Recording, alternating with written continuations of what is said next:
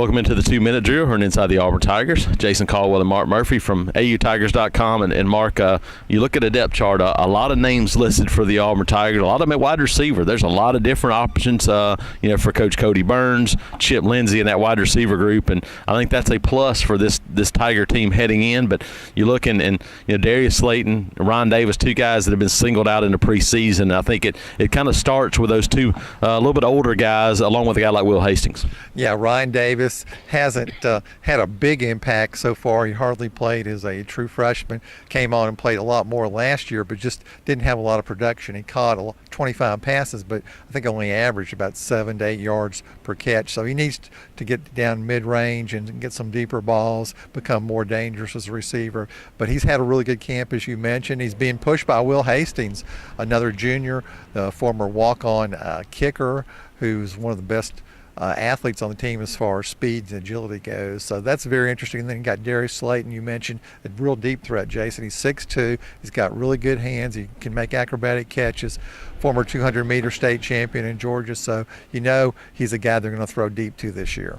You look at the rest of the group, Mark, and Nate Craig Myers obviously stepped up in the spring, had a big spring, but you look at Kyle Davis, Eli Stove, Marquise McLean, and then Sal Cannella is kind of a wild card with this group listed as more of a wide receiver as well, which is what we expected. So there's a lot of faces, a lot of guys that can get touches, and I think it's going to be one of those situational things where maybe there's certain guys for certain spots, and it can really create some mismatches in the passing game. One thing that's interesting about this group, Jason, there's just a lot of different types of wide receivers. You got a big physical guy like Marquise McLean, 6'2", 226, redshirt freshman. Man, he looks like he could play like a linebacker or something. He's just a big, strong-looking guy. Then you got a guy like Hastings, who on a good day probably weighs 170 pounds with some rocks in his pocket, just super quick. And then you got a guy like Sal Cannella, who's 6'5", 230. He jumps really well. He's got good hands, and he's a matchup problem too, even though he's not a great speed guy.